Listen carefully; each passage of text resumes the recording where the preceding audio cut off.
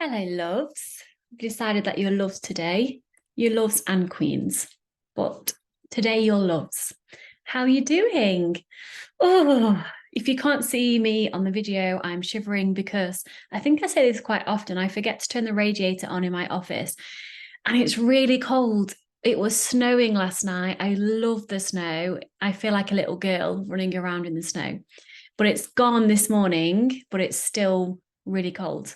Anyway, this episode, I was so excited to record because what a great question this was. And I'm going to, of course, read the question, speak to it all in depth, but I don't know who asked the question. I know, well, I'm 99% sure it was someone from Instagram that asked this in the DMs. But I didn't save the person. So when you listen to this, please can you message me and let me know that it was you? And anyone else who this episode helps, please let me know too, so I can connect with you. The title is What to Do If You're Physically Recovered but Not Mentally Recovered. And the reason for doing this episode is, as I said, I got an in-depth question. But before I start, I just want to say, first of all, thank you for everyone that has rated my podcast 5 stars. I greatly appreciate you so much. It's wonderful to see. And if you haven't and you do love this podcast, please rate 5 stars. You can do it on Spotify, Apple.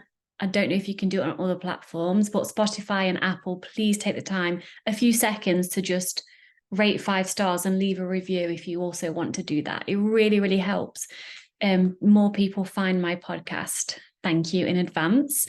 Okay, so let's dive straight in. So this is a long question. I'm going to read the question and then I'm going to dissect each point of the question and answer in as much value and as much depth as possible to help this person who asked, and of course you, the listener. So the question is, I'd love to know how to navigate the feeling of being stuck. You spoke about it in a podcast. You said your body will change, but your mind won't if you don't do the work. So essentially, that looks like gaining weight, yet not find. Hold on, I've just moved my screen. Your body will change, but your mind won't. So essentially, that looks like gaining weight, yet not finding mental and emotional freedom. Every single time I feel full after eating, eat something other than chicken and lettuce, or see my body in the mirror, I'm thrown back into the emotional and mental turmoil. Yes, my body is weight restored and then some, as that usually goes, but my mind is not. I try to convince myself otherwise throughout the day, but the negative voice is louder because it's had more power for 20 years. It's a hard spot to be in. I was also curious when knowing the difference between permission to eat and overeating. Also, when the guilt from eating anything other than lettuce should subside. The line between eating and eating too much is hair thin. Plus, not knowing if I'm making an excuse to allow myself to eat is healthy or unhealthy. Like, do I need to allow to eat more than comfortable, even though my body has overshot the set point? When do I stop allowing that? Why do I always cycle from anorexia, wanting to get better, bulimia, binging, trying not to purge, gaining weight, and then sliding back into restriction and back into the cycle? Okay, as I said, it was a long question. It's a great question. There's so many different points to speak to, and I hope me answering this in depth is going to provide so many of you a lot of help, support, and value, including the person who asked the question. So let's start with how to navigate the feeling of being stuck. And I say this with absolute love and understanding. You are not stuck. You may feel stuck. You may think you are stuck, but you are never stuck. There is always a way out. And I'm going to give you the way out during this episode. And bear in mind that there's no shortcut. I know you can do it because you can do hard things. After all, you've lived with anorexia for however many years, and that shit is hard. Right, let's talk about the emotional and mental turmoil. And I'm going to quote part of your question. Quote, every single time I feel full after eating, eat something other than lettuce, or see my body in the mirror, I'm thrown back into the emotional and mental turmoil.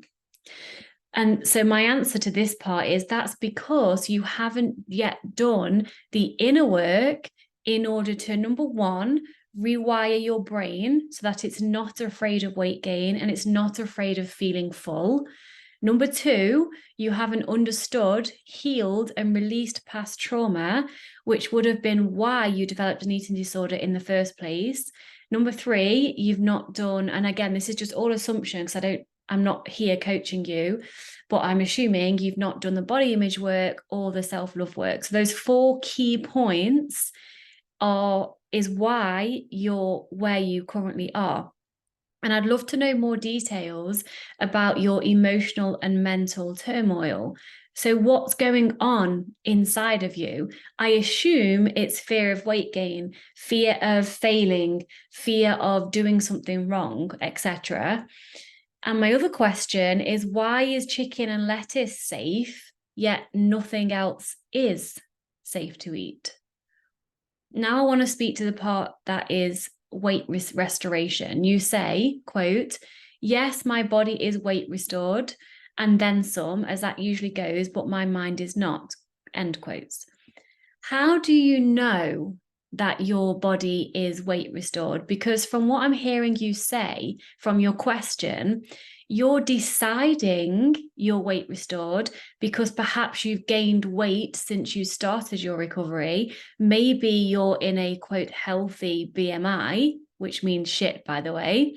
As you probably already know, if you've been following me and listening to my stuff for a while, I was in a healthy BMI.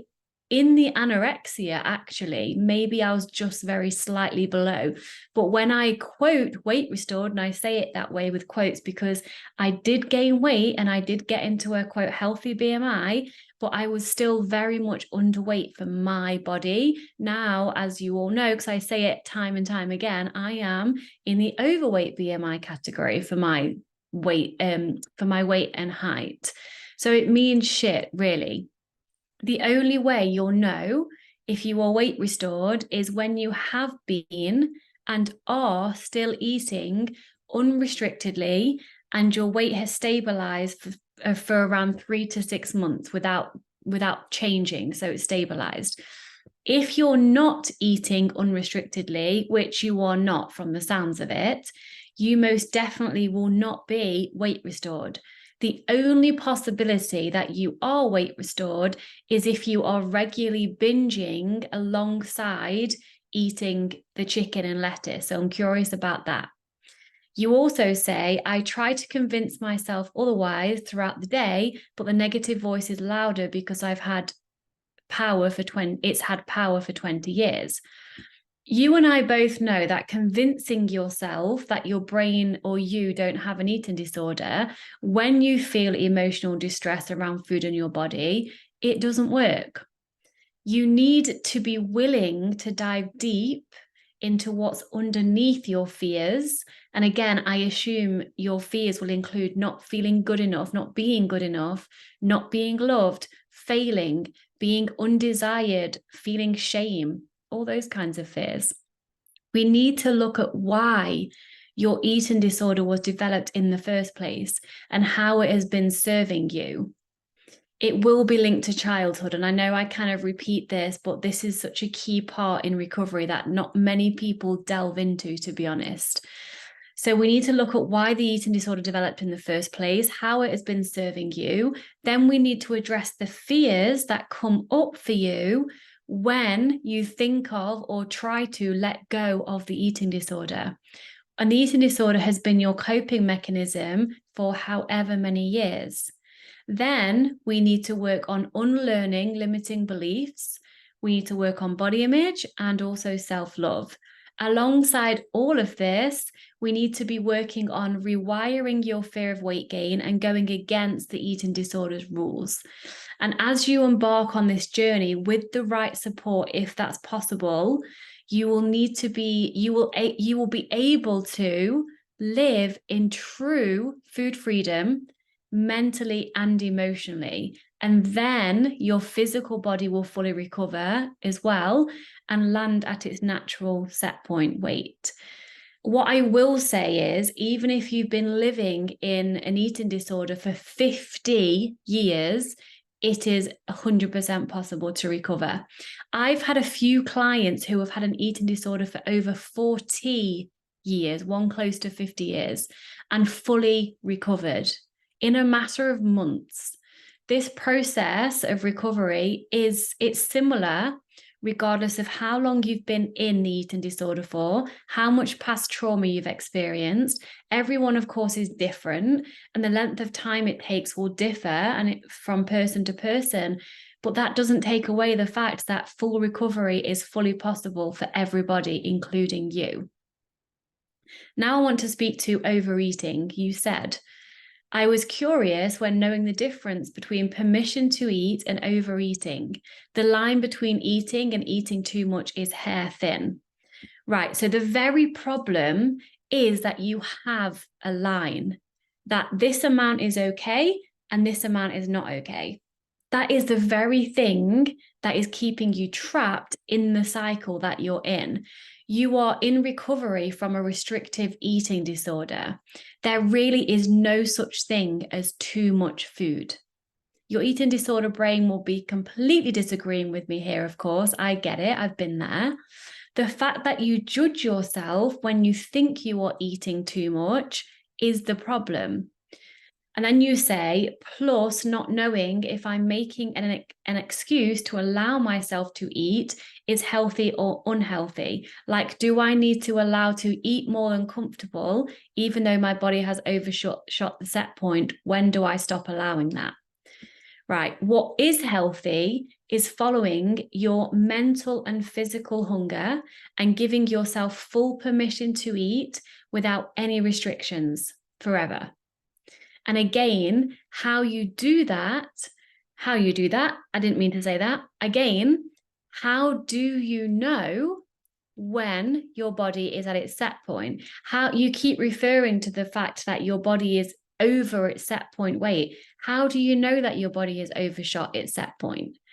You never stop allowing unrestricted eating, even when you are fully recovered. The difference is when you are fully recovered like me, you won't have any desire or drive to eat past what your body needs because you won't be in a state of malnourishment or food obsession. Food obsession comes from being afraid of actual restriction or impending restriction. Impending restriction can look like judging yourself for eating a certain way and wanting to do better. In quotes, the word better, or saying to yourself, you'll start restricting again tomorrow to make up for it, or you'll do a purging behavior to clean it out. That's also restriction. You will arrive at your set point when you have a healed relationship with food and your body. Now, a healed relationship with food looks like eating unrestrictedly and listening to your body. A healed relationship with your body looks like accepting the way you are and not trying to manipulate your body's size or your body's shape through dieting, restriction, or exercise or building. Yes, you can enjoy exercise and fitness, but not from an attempt to manipulate your body into something that it is not. And I know that everything what I said so far may seem so far away or downright impossible, but I promise you it's possible for you. It's been possible for me and my clients as well. No matter what the eating disorder tells you, you're not the only person that recovery won't work for. That's impossible because you're human, as in it's impossible not to be able to fully recover. If you're human, you can fully recover if you want to and you have the right support. Really, okay? Now I want to talk to food guilt. You said, also, when the guilt from eating anything other than lettuce should subside. The guilt will subside when you decide that your health, freedom, and happiness are more important to you than what the eating disorder gives you. When you are doing the inner work to rewire your brain and create new neural pathways via self-talk, reframing, and taking actions that are in alignment with recovery, with repetition and with consistency, the guilt will drop away. Because if you think about it, guilt comes from thinking you've done something wrong. Now, I would love to know, what exactly is it you've done wrong if you eat something that is not lettuce? Am I wrong because I've just eaten yogurt, granola, chocolate granola, and blueberries? Why or why not? These are the questions that, of course, you can be journaling about. Then we dive into emotional and nervous system work. Mindset work is one thing, but you cannot mindset your way out of a trauma response. Again, this takes the courage to dive deep and to feel what you don't want to feel. But you have got to feel it in order to heal it. And feeling difficult and painful emotions is actually easier and less painful than pushing them away and avoiding them and running away from them. Trust me, the amount of times, the amount of years, in fact, 20 years I spent running away from my emotions. Well, probably before that, to be honest. And I'm sure everyone listening to this can also relate to that, whether consciously or unconsciously. We have eating disorders for a reason. So the last thing I wanted to speak to, is the last thing? Almost the last thing, is being uncomfortable. The last part of your question, why do I always cycle from anorexia, wanting to get better, bulimia, binge eating, trying not to purge, gaining weight, and then start sliding back into restriction and back into the cycle? Now, I just want to say you have literally described the pattern I was in for 15 years. Now, I've been in an eating disorder for 20 years, but the first 5 years of that was just purely anorexia.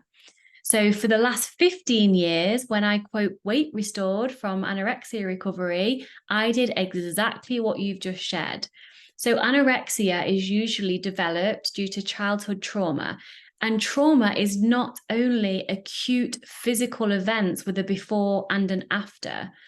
It's emotional, chronic emotional trauma.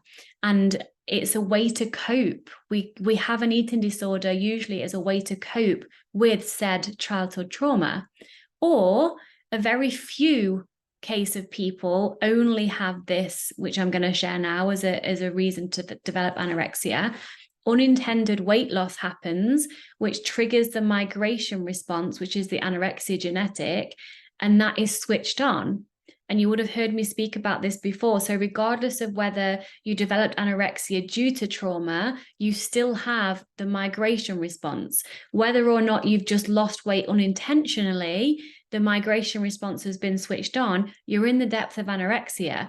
And the migration response is where biologically your body forces you and drives you to eat less and move more because it thinks that you're in a place where there is not enough food. So therefore you need to move to a land where there's an abundant amount of food in order to survive. This is actually a survival mechanism based many, many, many years ago that would have kept us alive, because when we did eat less and move more, we would have not had to stop and eat. We would have moved way more than people who don't have this genetic response. We would have arrived at a land with an abundant amount of food. Then we would have feasted, which is now unfortunately called binging. We would have gained weight, the migration response would have got switched off, and we would have gone on our merry way. The problem is, oh my God, this needs to be an episode in and of itself, I think. The problem is nowadays with anorexia, with the migration response, we are surrounded by an abundant amount of food. We're just choosing not to eat the food around us. The longer we stay in the eating disorder, the more neural pathways we create in our brain, which is wired to continue staying in the eating disorder.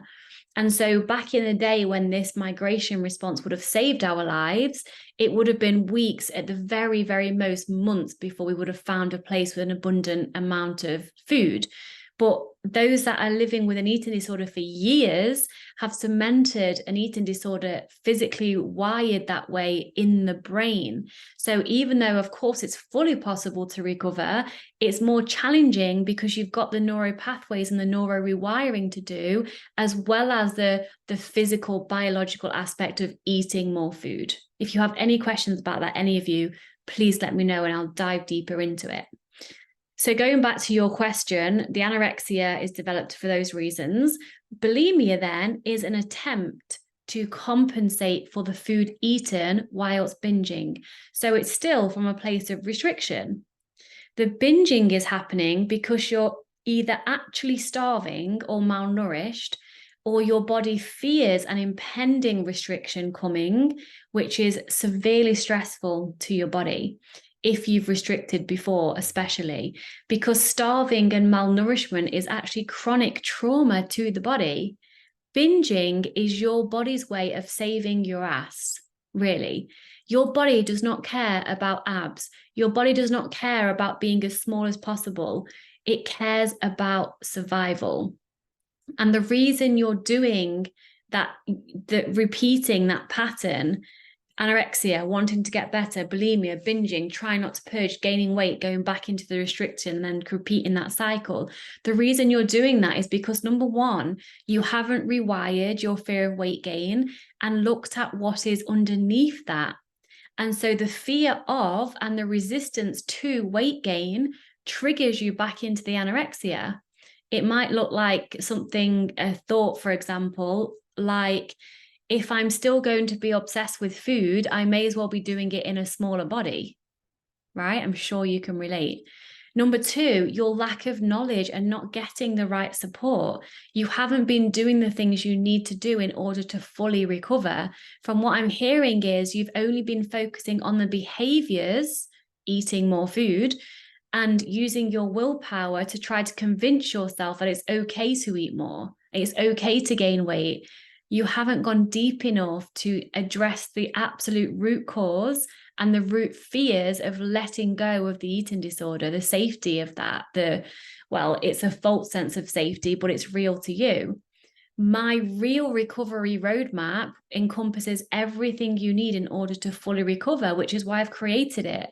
I've got here through trial and error. I've got here through being frustrated at my own recovery and being kind of like in that quasi recovery, 3/4 recovered. I wanted to be fucking free emotionally, mentally, physically, and I am. And I've created this myself, the real recovery roadmap. And it's a lot of work, but I tell you, it is worth it. And the third reason, let me link to this so I can shout her out as well. The third reason why you might be repeating those patterns is, this is by Liv on Instagram. She's called @LiveLabelFree. She's my very good friend, Lithia. And she's done a post, and I'm going to read this to you because this will be a hard truth bomb for some of you, but it's very, very true. And it can help you get out of the stuckness you feel if this is what's happening for you. So she says, are you addicted to failing at recovery? For many years, I told myself that I was trying to recover from my eating disorder, but trying is lying. You're either putting in the work or you're not. A Victoria side note, when we use the word try or trying, we're actually asking for permission to fail. Then Lithia continues, through trying over and over again, only to slip back into old habits, I convinced myself I couldn't do recovery. I convinced myself I was a failure. And because I kept telling myself I would fail even if I tried, I was giving myself a free get out of recovery free card. Hold on, I added an extra free in there. I was giving myself a get out of recovery free card. When you're addicted to failing at recovery, you secretly enjoy it. When you tell yourself you failed and thereby tell yourself full recovery isn't possible for you, you're secretly relieved. It means you can continue clinging to the eating disorder. Just like the eating disorder itself, failing at recovery serves a purpose. Incapacity. When you're incapable, you become a victim. And by nature, victims don't take responsibility. If you want to be truly free, you must be willing to pay the price of freedom, responsibility. When will you finally make the investment? I mean, I have a cold shiver because that is so fucking true. One absolute epic truth bomb, Lithia. And I say that also with so much love because it's a truth bomb and I'm holding you through it if that's resonating. And it's okay that you might be there. It's not your fault that you have an eating disorder, but it's your responsibility to recover, and only you can do that. I know everything I've said in this whole episode is a lot, and I keep feeling like I'm repeating myself, but I want to, and repetition is the mother of all learning. You can fully recover. One of the biggest lessons I learned during recovery, especially at the start, was that no matter what, you cannot avoid feeling anxiety, fear, and uncomfortable feelings if you want to fully recover. You have to walk or run towards the fear within your window of tolerance. So working with someone who actually understands this, you have to eat the things the eating disorder is screaming at you not to eat, even if you're crying whilst doing so. You have to face your fear of weight gain and work through that with embodiment work, body image work, and inner child work, again, with someone who knows what they're doing, like myself. Because I've been through it myself, trial and error, and found this way that works. You have to be willing to feel emotions that you've most likely been avoiding your entire life. Recovery is not pretty, but it is 1,000,000,000%. I wanted a word bigger than zillion, 1,000,000,000% worth it. I can promise you that. You already know, this is what I'm going to leave you with. You already know what it feels like to live with an eating disorder. You already know what it feels like to try to recover and keep falling back into the same cycle. You know what that feels like. Don't you want to know what it feels like to live in true food freedom, to be truly free mentally and emotionally? Because if you do want to know that what that feels like, then buckle up and let's do this. This journey for sure will be messy and magnificent, but it will be so freaking worth it. And I don't know if you're aware, I know that I speak about coaching and it is an investment. It's a big investment for some. I offer a money back guarantee on all of my programs, including one-to-one coaching. I'm that confident in what I do. I'm that confident in my real recovery roadmap and the way I coach and the way I support you. I only take on no more than 10 one-to-one clients at a time, purposely so I can have my energy and time to support you in the way you need to be supported during recovery. I offer a money back guarantee. If recovery doesn't quote work for you, you get your money back. So you literally have nothing to lose apart from the eating disorder. So I'm so sorry that I forgot your name, or I can't find your name in my DMs. I have so many DMs, it's buried somewhere. But please let me know if this has helped the one that asked the question in the first place. And also anybody, any other listeners, like if this has helped you, please let me know. You can send a voice note, I think, on Spotify to me directly these days. I don't know if I can reply, but I can see it and I can hear it. Or DM me, or just let me know if this has supported you, and let me know of any questions you may have for future podcast episodes or a topic, because I love to respond to your questions and suggestions. I mean, of course, I could literally, without any input from you, pick a topic for a year and just talk about it because I'm an expert in this stuff. But I enjoy it more when I know that this specific thing is what you need support with. Like I've dissected this question and gone into an in-depth episode for half an hour talking about it. So let me know if you have any questions, any episode suggestions. I'll be more than happy to do that. I'm trying to think of anything else that I've got to share with you. I don't think I have. No, just rate my podcast. I'll be super grateful. Reach out to me. I love to connect with you. Sending you so much love. One last thing, maybe you haven't done this, maybe you have. There's a free resource on my website called the Taste Test. So you go on my website, Taste Test, and you just put your email in and you get like a lot of valuable modules for free. And let me know what you think about that too. And okay, one last thing that I'm definitely going. I'm starting officially to write my book in January.